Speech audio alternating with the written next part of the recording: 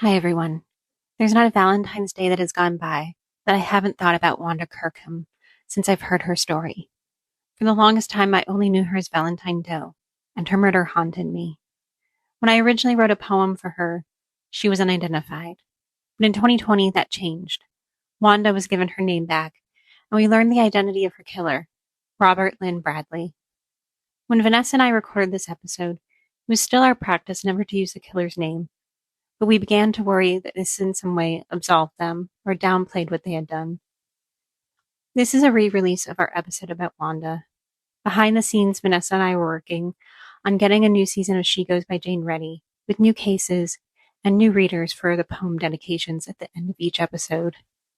We hope they'll join us in remembering Wanda, standing witness to what happened to her, and sharing her story. To that end, as a reminder, every time you share one of these episodes, it helps us continue our work of telling stories of America's missing and unidentified women.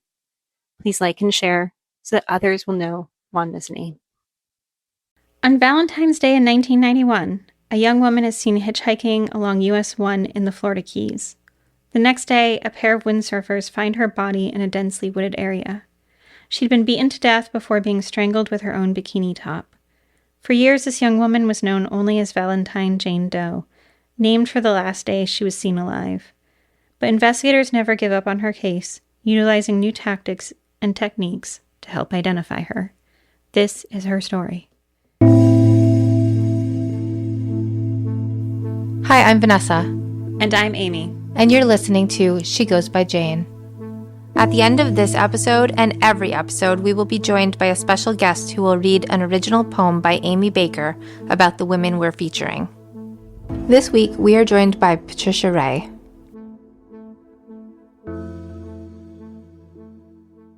Hi, Vanessa. Hi, Amy. We've been actually covering quite a few cases that have been solved, which is weird for a podcast like ours. How do you feel about that? I think it's nice being able to actually not leave it such a mystery. Yeah, like some people really like the resolution, right? Right. Yeah. I think one of the things that I like is that we're able to highlight how those cases were solved so that hopefully more people are willing to submit their DNA places for that kind of identification. So this is going to be another DNA solve? Yes. See, so I think it's fun to be able to share that with everybody and how effective that is. And we've talked about giving permission to GEDmatch before to use your online genealogy stuff. So yeah, so your DNA gets used to build these family trees and connections. Mm-hmm. Yeah, and this is one that I, back when I wrote a poem for her, I did not anticipate this being solved at all. So it's a nice surprise. It is. And so, this is a story that I knew as an unidentified woman's story. And so the poem at the end reflects that. And today we're going to talk about how she was identified and the whole process and what we know about her as a person. Okay, so are we going to go back to the story that you based the poem off of first before we get into that? Yeah, so we're gonna start with her being found, progress all the way up to where we are now with her story. Sure, sounds good. So this story is about a woman who was murdered on Valentine's Day, and I spent years sharing her story on that date, and we actually had the opportunity to make this episode coincide with that date this year, but I actually wanted to emphasize her story outside of that instead of continuing to mark that anniversary. Really, because Valentine's Day has nothing significant for her in her life, right? Except for the day she was murdered. Right. Yeah. Not a great. No. So I think it's fine that we're doing it this way. Right. So to honor her and talk about her story, disconnected with that finally. Right.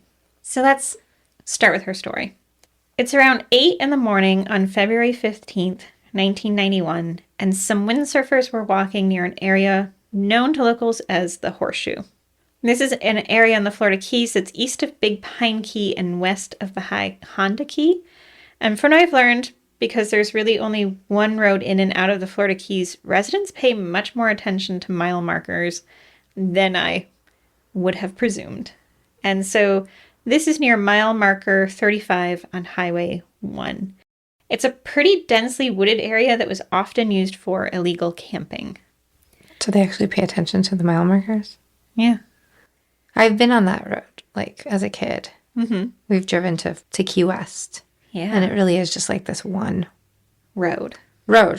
Yeah. So but I don't really remember much of what it looked like or the mile marker thing. Yeah. So I think like locals do, because like that's like much more how you tell, how you tell people where to go, which isn't necessarily the case in New York, where I couldn't tell you what mile marker I even live near. Right. So these windsurfers, they're walking along a ravine area, and one of them sees a body, and he calls his friend over to confirm what he's seeing. And this wooded area is the nude body of a person, and they can't quite see, but because the person is face down, they initially assume that it's a man. Their call to the Monroe County Sheriff comes in around at 8:15 a.m., and when investigators arrive, they know immediately that there is blood by the main road. On a dirt road leading off of it, there are also drag marks in the dirt, indicating that the body of this person had been dragged to that location. And that's where they find the body of not a man, but a woman. She's face down and her head is in a small pool of water. The woman has been badly beaten, particularly around the face and head. There's also smaller abrasions on the rest of her body, and investigators say it was clear that she was attacked and that she had fought back.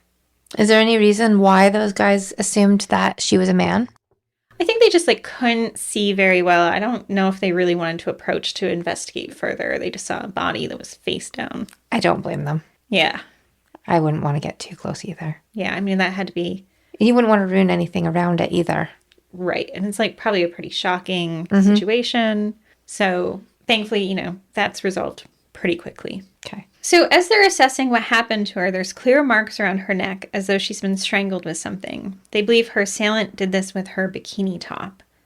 The rest of her clothing is nearby, and they collect what is often referred to as a red and purple cardigan, although it has always looked to me as purple and pink. Knee-length denim shorts, some moccasin-styled black shoes with red stitching, and fringe on the back.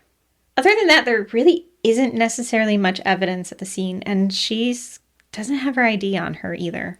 Her autopsy is able to yield a few more clues, though. She has ear piercings, 4 in each ear, and her left ear are 2 non-matching earrings. One was a silver ball, and one was like a white faux pearl. In her right, again, all the earrings didn't match, but she had all 4 in. More notably, though, she had 2 tattoos.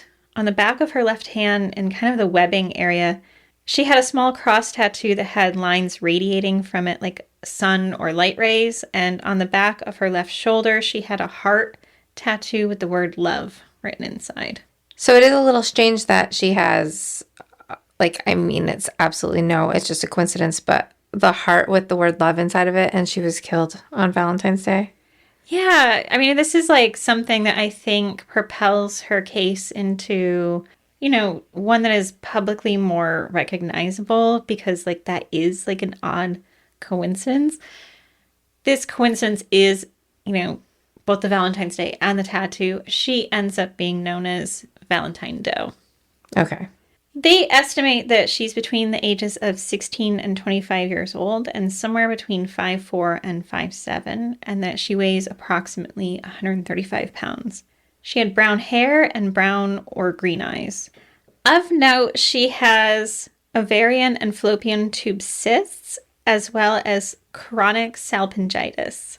Salpingitis is basically a type of pelvic inflammatory disease that causes the inflammation of the fallopian tubes. This is caused by bacteria, which is usually sexually transmitted. When it's chronic, like her condition, it can sometimes go unrecognized because the person might not feel pain or discomfort. But the medical examiner believed that with all of these things combined, the cysts, the salpingitis, that she was likely experiencing abdominal pain. And that's like quite an age range too, 16 to 25. Yeah. Yeah. People don't realize like how inexact that science is. Right. Yeah. Yeah, like you feel like it should just be like... You always guess that it would just be a little bit, maybe just like maybe within a 5-year range. But Yeah, I mean, I also find often like the height measurements, like she was recently murdered and it's anywhere between 5'3" and 5'7". yeah, Like, it's significant. yeah. Yeah.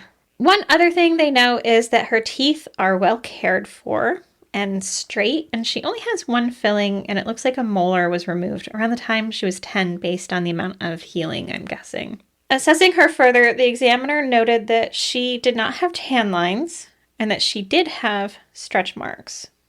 These stretch marks seem to be like the biggest piece of evidence the medical examiner uses to suggest that it's possible that she had carried a child to full term.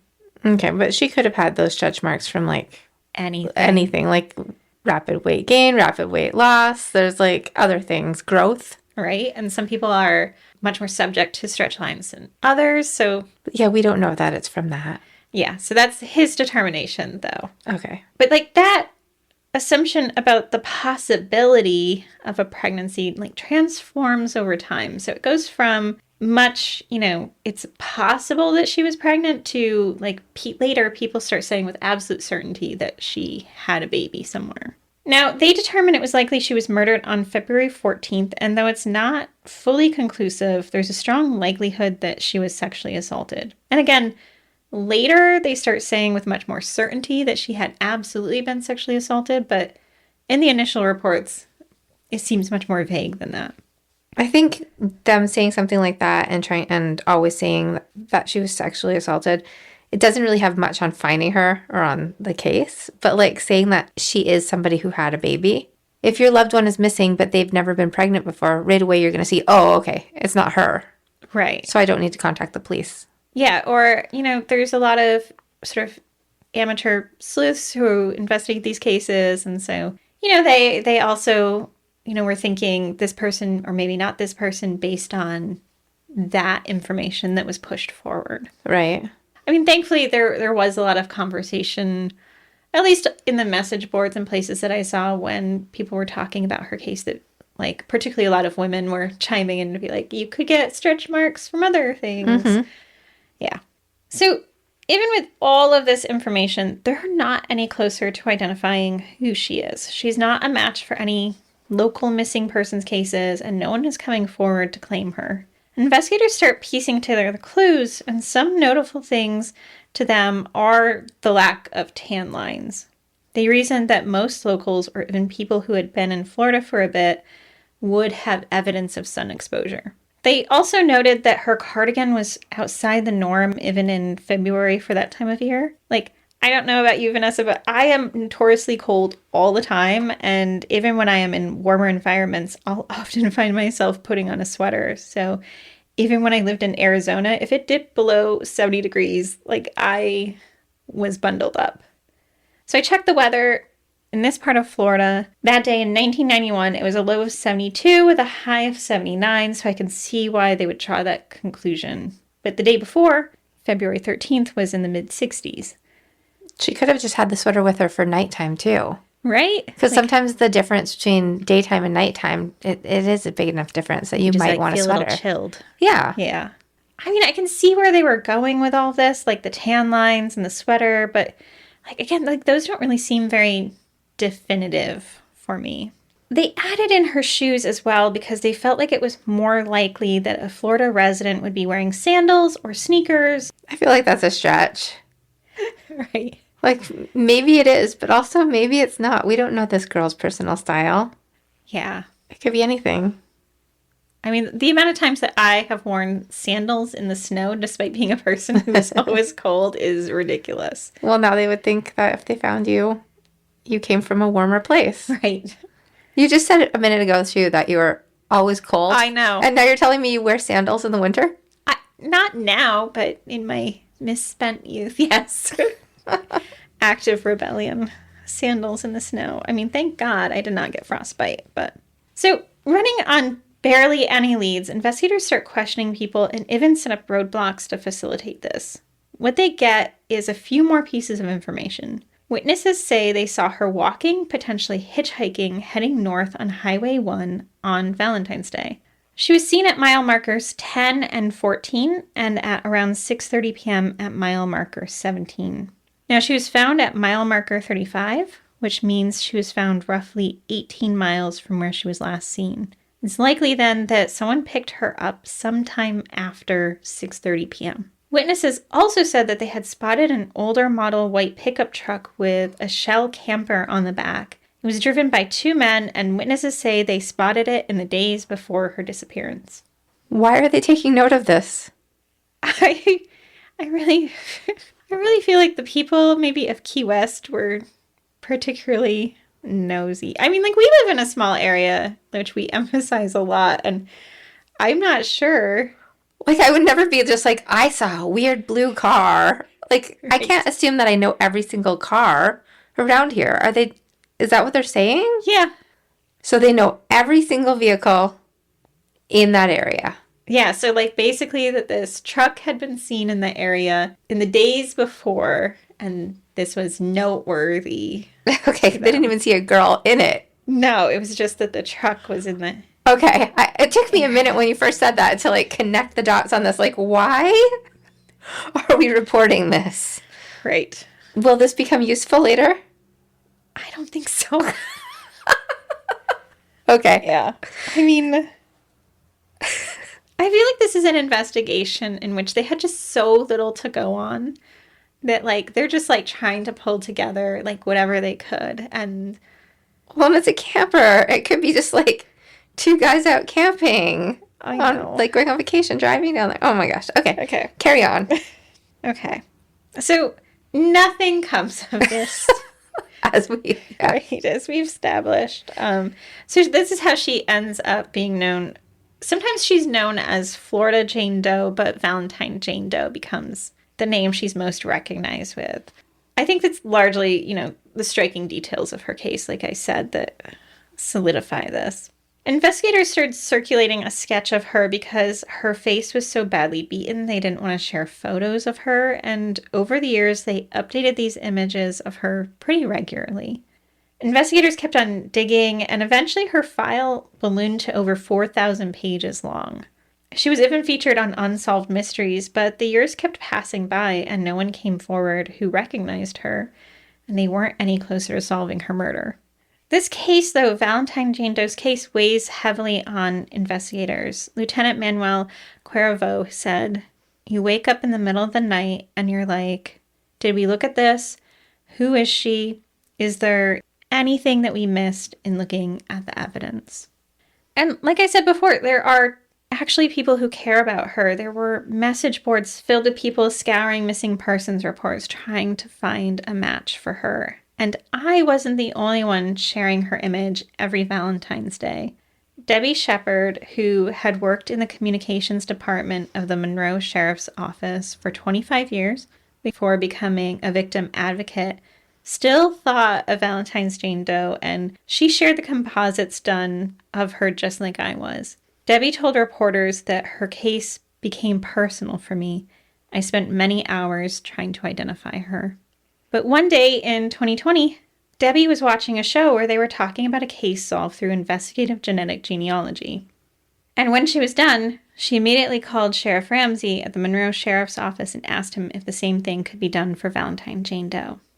But Sheriff Ramsey said something that likely shocked Debbie. He said that they had already done it and they had just found out the results, but he couldn't share that information with her yet. That's crazy. So they were putting it together at the same time that she sees this. It's just like such a coincidence there too. Right. So like they heard about it, they were on it, and like she heard about it and she was like, this is a case that we could use this on. It's a great shock for Debbie. Like, right. If you're going to be shocked by something, at least it's good news. Yeah, that she had then, sharing her image, and then she knew at least that this was going to be resolved and that her family would find out, right? Mm-hmm. And like huge kudos to Monroe County for this. 2020 was still early for adopting an investigative genetic genealogy route. And it's something that other agencies are still resisting like 4 years later. But Monroe says that they want to stay current with new technologies and investigative practices. We'll be back in a moment.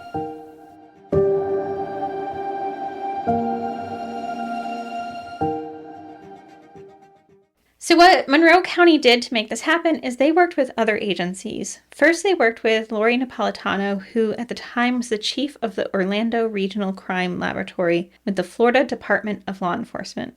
And they also worked with C.C. Moore, who is part of Parabon Nanolabs.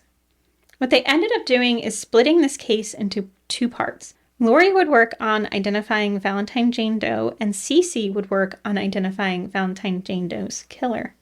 Is that typical to like divide it up like that?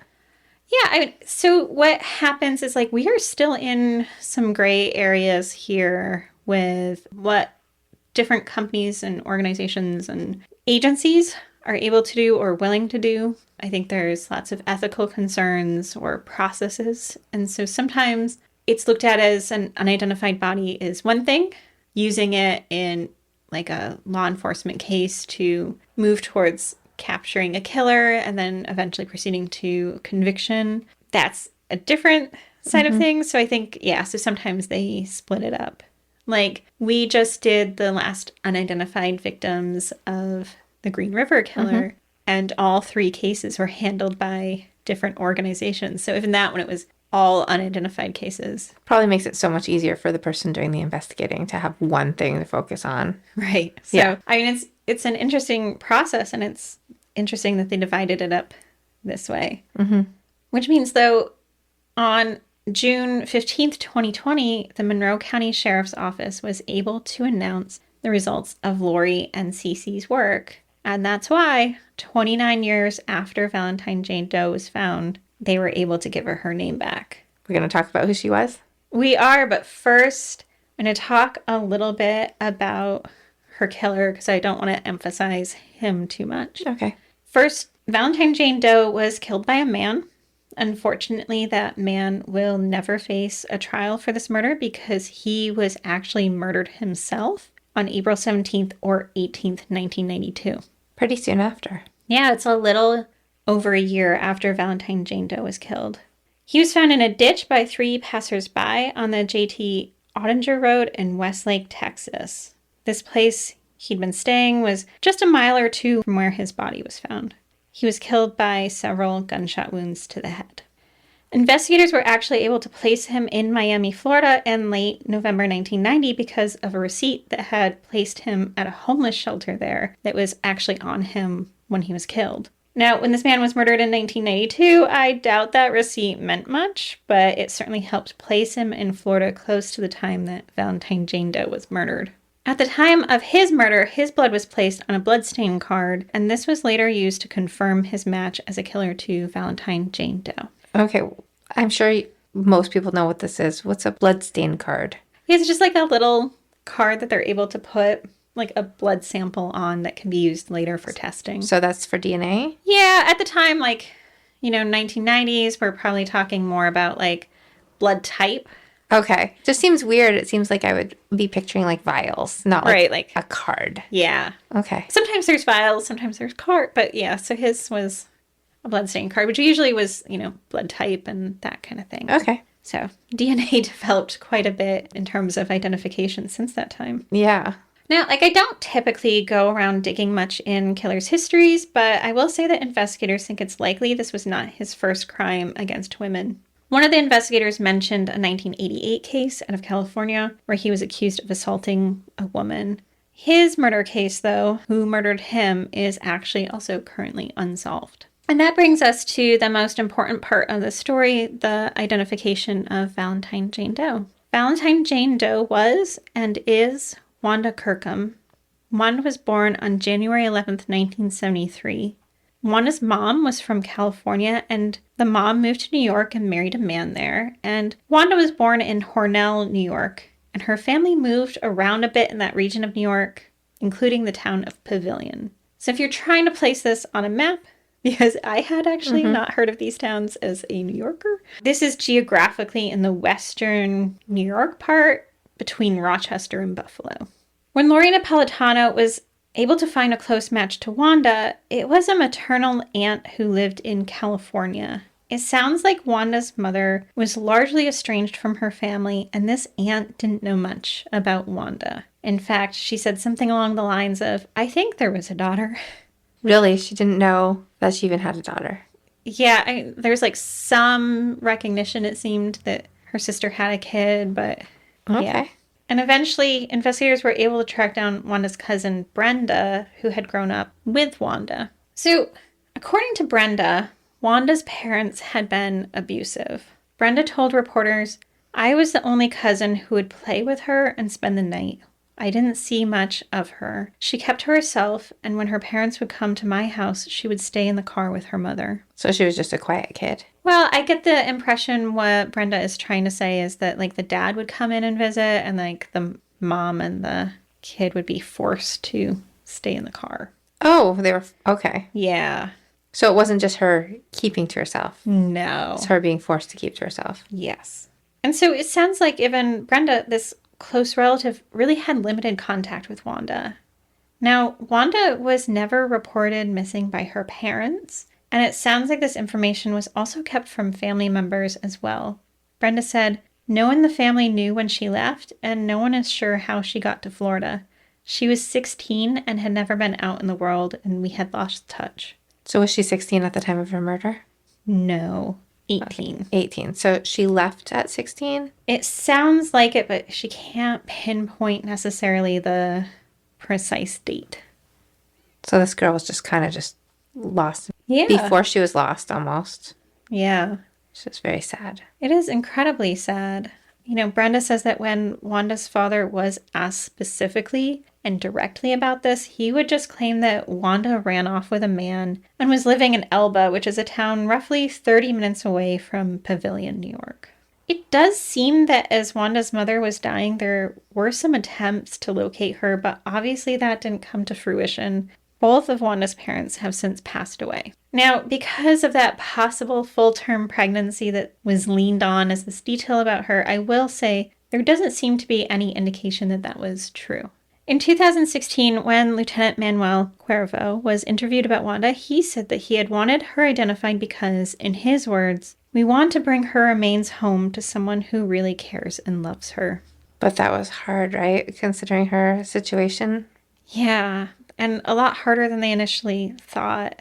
Sometimes unidentified individuals are buried in the community that they're found, but Wanda's remains had been kept in storage this entire time. And so this opened up a question of what would happen to those remains now. Wanda's parents were no longer alive, and it sounds like they had a fraught relationship in the first place. And the closest relative was the maternal aunt in California, and she declined to accept Wanda's remains for burial. I don't think I could do that. Yeah. I think I would accept them. Yeah, I don't get the thought process there, but also I'm not part of that family or understand what might be going on, but whatever did go on, she's a child, and she has Yeah. no one else who can claim her. Mm-hmm. And so Debbie Shepard, the woman who had been sharing Wanda's story for years, was set to accept her remains if no one stepped forward.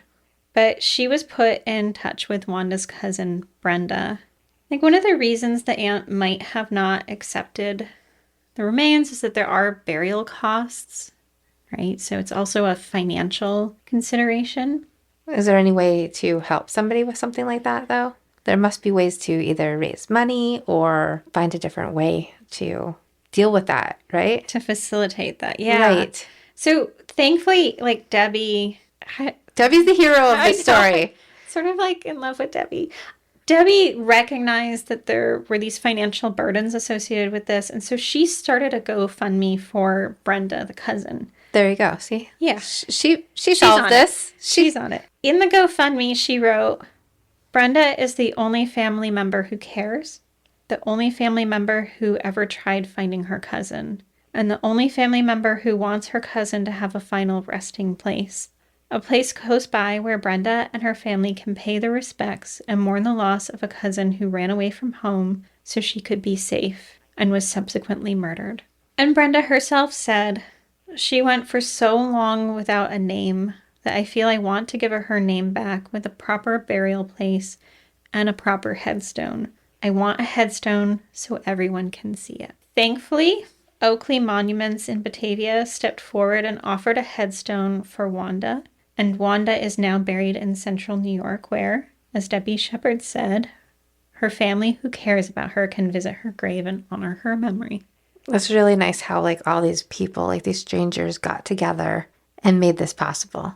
Yeah, that there were, in her death, that there was so many people carrying her story and carrying this case, like the investigators, Debbie, right? Brenda, who just, like, never knew what happened to her cousin. People on message boards, like, trying to figure it out. And, like, all those people on message boards, like, submitting case after case. One of the cases they submitted pretty regularly is actually going to be another missing person that we'll be talking about. Oh, really? Yeah. But, like, she had never been reported missing, so there was no file for her. That is always, like, baffling to me too. Like, how do you not report someone missing? Yeah. But I guess, well, in this case, it seems like they just, same story, right? They take her as a runaway and don't try to find her. Yeah, Like, I mean, in this case, investigators weren't even aware. Right. So, we've talked about other stories where it's an investigator is kind of putting it off, but this is like the family just, she's gone. Didn't even give it a chance to get investigated. Right. Yeah. Yeah. And that, when family members, the most they could do is kind of ask. So Brenda's asking the dad, like, what happened? And she's getting this story, right? Yeah. So this story is quite a bit different than other solved cases we've talked about before, since, like, Wanda has been identified.